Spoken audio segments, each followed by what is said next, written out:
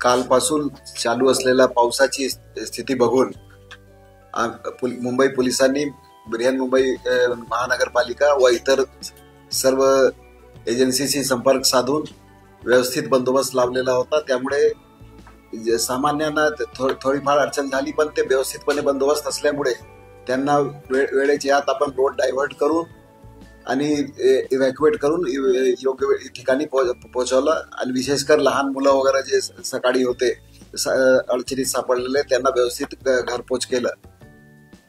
जसं आयुक्त साहेबांनी सांगितलं, सर्व शाळेत आणि शासकीय कार्यालयात सुट्टी डिक्लेअर करण्यात आलेली आहे। त्यामुळे आज सकाळपासून वाहतूक वर ताण फारच कमी आहे। तरीही ज्या ठिकाणी पाणी साचलेलं आहे त्या ठिकाणी आम्ही रोड डायव्हर्ट करून इमर्जन्सी सर्व्हिसेस चालू ठेवण्यासाठी सर्व व्यवस्था केलेली आहे आणि कुठलाही याच्यामध्ये इमर्जन्सी सर्व्हिसेसवर असर पडलेला नाही।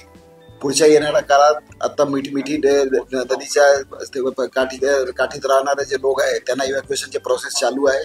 त्याच्यामध्ये सर्व यंत्रणा मिळून काम करत आहे आणि कुठलाही याच्यासाठी आम्ही आमचे पोलीस कंट्रोल रूम आणि महानगरपालिका जे कंट्रोल रूम आहे त्याच्यावर सर्व सुविधा उपलब्ध करण्यात आलेली आहे। कुठल्याही नागरिकांनी काही जर विचार केला पूस केली तर त्यांच्याकडे घरपोच आम्ही तिथपर्यंत माहिती पुरवण्यापासून ते काही वस्तू पुरवण्याचं काम ते पण चालू आहे पोलिसांच्या मार्फतीने।